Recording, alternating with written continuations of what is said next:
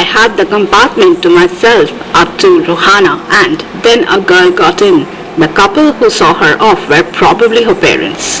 They seemed very anxious about her comfort, and the woman gave the girl detailed instructions as where to keep her things, when not to lean out of the windows, and how to avoid speaking to strangers.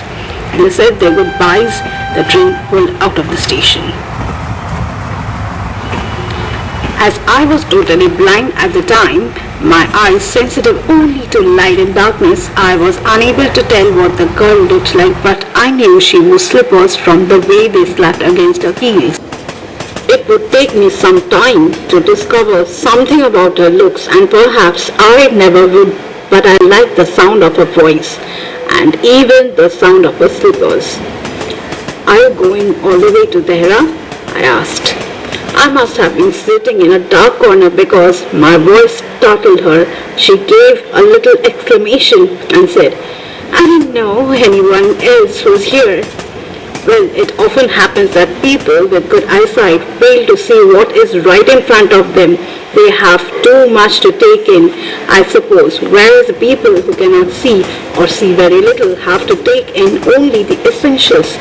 Whatever registers moves steadily on their remaining senses. I said, "I didn't see you either, but I heard you come in." I wondered if I would be able to prevent her from discovering that I was blind. I thought, provided I keep to my seat, it should not be too difficult.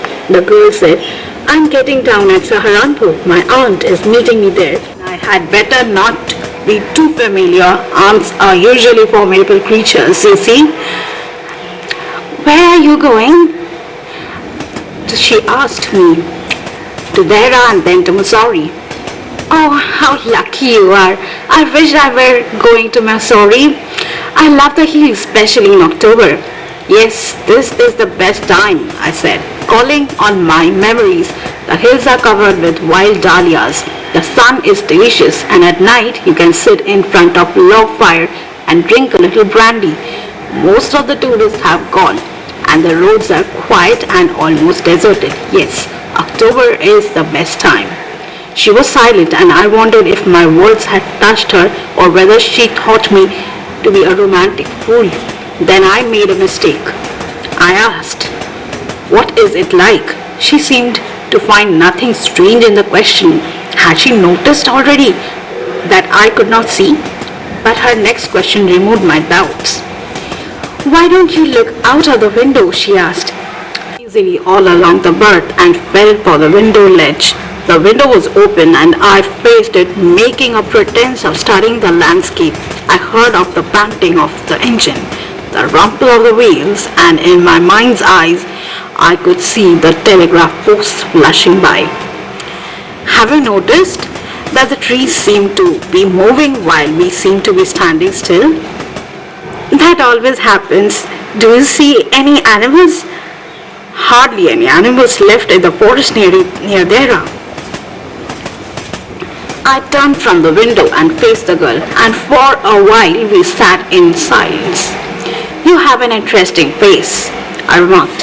I was becoming quite daring, but it was a safe remark. Few girls can resist flattery.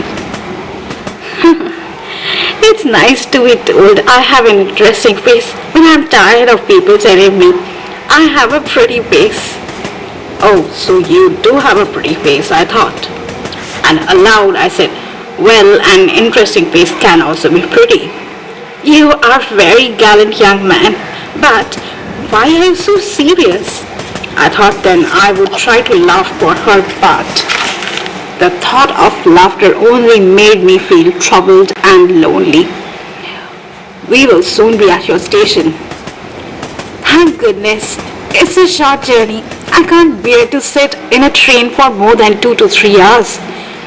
Yes, I was prepared to sit there for almost any length of time just to listen to her talking. Her voice had the sparkle of a mountain stream. As soon as she left the train, she would forget our brief encounter, but it would stay with me for the rest of the journey and for some time after. The engine whistle shrieked. The carriage wheels changed their sound and rhythm. The girl got up and began to collect her things. I wondered if she wore her hair in a bun or if it was plaited or if it is hung loose over her shoulders or if it was cut very short. The train drew slowly into the station. Outside, there was the shouting of porters and vendors and a high-pitched female voice near the carriage door, which must have belonged to the girl's aunt. Goodbye. She was standing very close to me, so close that the perfume of her hair was tantalizing. I wanted to raise my hand and touch her hair, but she moved away and only the perfume still lingered where she had stood. There was some confusion in the doorway. A man getting into the compartment stammered an apology. Then the door banged shut and the world was shut out again. I returned to my berth. The guard blew his whistle and we moved off. Once again I had a game to play and a nude fellow traveler. The train gathered speed. The whistles took up their song. The carriage groaned and shook. I found the window and sat in front of it, staring into the daylight that was darkness to me. So many things were happening outside the window. It could be a fascinating game, guessing what went on out there. The man who entered the compartment broke into my reverie. "You must be disappointed," he said. "I'm sorry I'm not as attractive a traveling companion as the one who just left." "She was an interesting girl," I said. "Can you tell me, did she keep her hair long or short?" "I don't remember. It was her eyes I noticed, not her hair. She had beautiful eyes, but they were of no use to her. She was completely blind. Didn't you notice?"